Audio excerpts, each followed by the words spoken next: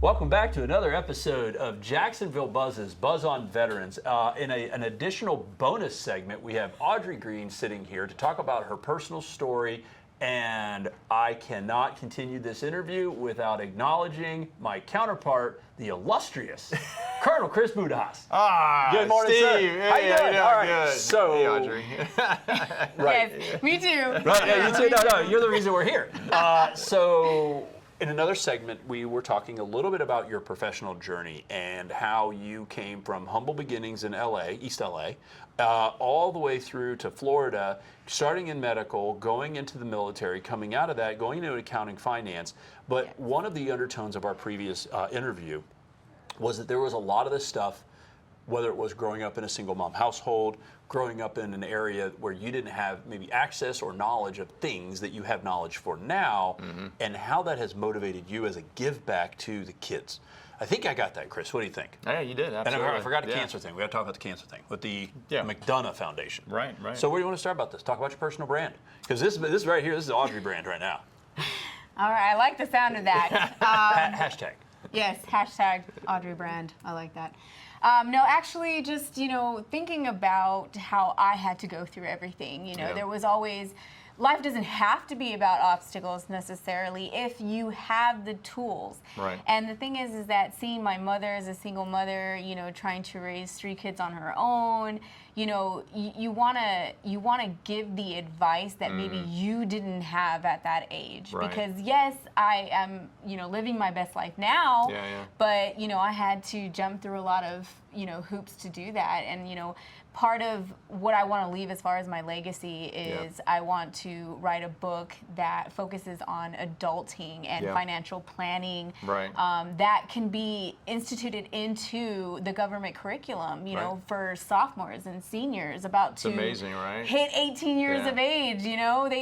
And they don't know what a checkbook is. They don't even know what a checkbook is. They know what a checkbook is. They don't know what the ledger is. Yeah. Like, there's this thing called balancing. Well, I mean, we all learned that, right? I remember when I first started in college, back in another lifetime, you would get your books, you would get your student, loan documentation, and then right next to it was credit card company. Right. I was the most popular person on the planet for about 45 days until the bill was due. Right. And then all of a sudden I was like, oh, I gotta pay that. Right. Yeah. And it really, it took time to kind of understand how that stuff works, and I still don't have it all figured out. So in your experience, though, trial and error. And hopefully, that leads to success. Yes. So the book that you're going to write is a book that a young adult can have. They can basically go through what kind of fundamental things that were life lessons for you that took you until 29. Again, 29 for 10 years now? We'll not give out that information willingly. We're just going to stop at 29.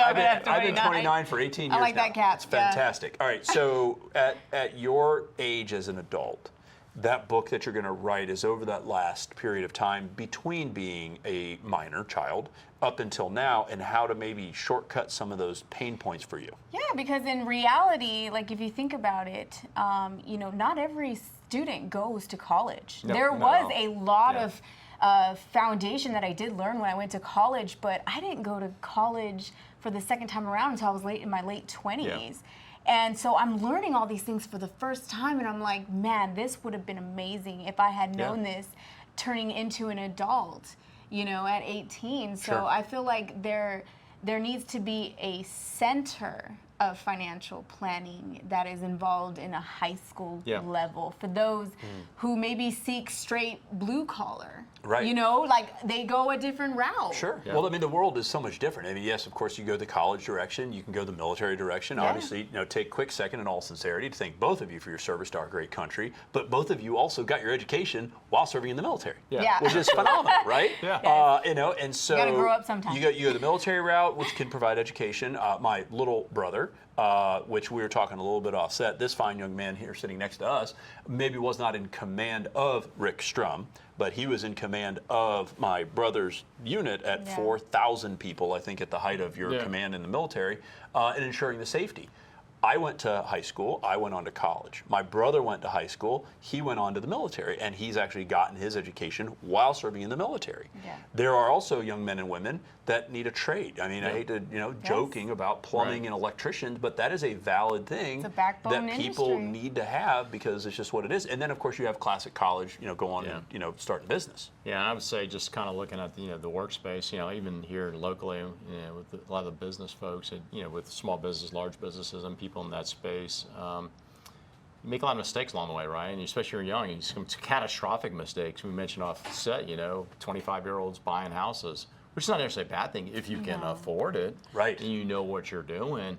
And this idea that the money I have now, there's back in even within reason my day, but previous to that, my parents, grandparents, you got a job, you got a pension, life was good.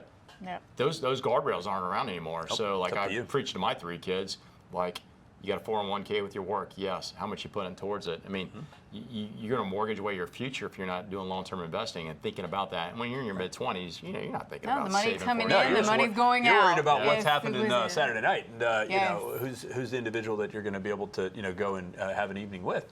And you're right. It's just a matter of your life lessons on how those things have circumvented, not necessarily disaster, but it took you time to learn that. And so, Yeah. where would you be 20 years ago if you had the knowledge that you had now? Then I'd probably be where you are. well, I'd be where you are. to be clear, I am happy and satisfied on a daily basis if I do not light myself on fire. That is a goal, and it is Chris's job to do a better job of hiding the matches. So just to be clear, just to clarify what we got here. So talk a little bit about maybe some of your stuff with your philanthropy. So we talked a little bit about your give back based off of your experiences in life. One of the things that we did need to cover for a little bit as we take it away is this business with what you're doing to support kids' cancer.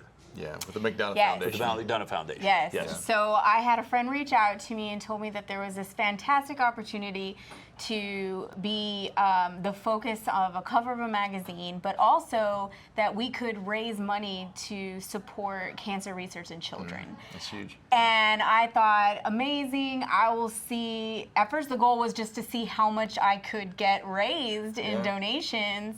And I mean, I have an amazing family and amazing friends, and they really showed out. Yeah. And so I've been able to stay in the contest. They're in the top 5 right now. Okay. Congratulations. Yeah, Thank good. you. Yeah, Yes. hopefully you well, rise thank you number to one. all my supporters. And future supporters. Yeah. At the future- bottom of this screen here is the dailynewsnetwork.com. We are going to post all of her links. Somebody give this young lady money. For kids for cancer. For the kids for cancer, but Not I her mean, money. personally, I would love to, be able to show the hard work that I've done as far as, health-wise and everything. Yeah. Be featured on a magazine, of course. Who would not? Yeah. But Forbes? Huh? Forbes. No. It's actually called Hers. Muscle Yeah. and Fitness magazine. So. It had an R in there. No, So as we take this segment away, and in all sincerity, what we'll do is we'll put your charitable inclinations and all that stuff on our Daily News Network. So somebody go check it out, click the link, maybe give you $1 to help kids with cancer. Yeah. In my strategic philanthropic stuff professionally, I do a lot of stuff with kids' cancer here locally and then nationally. If there is a young woman or man, right?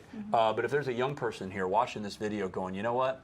This lady grew up without all the extras. She had to kind of figure it out on her own, trial by fire and error and success and failure and success and failure and success and failure to get to this point.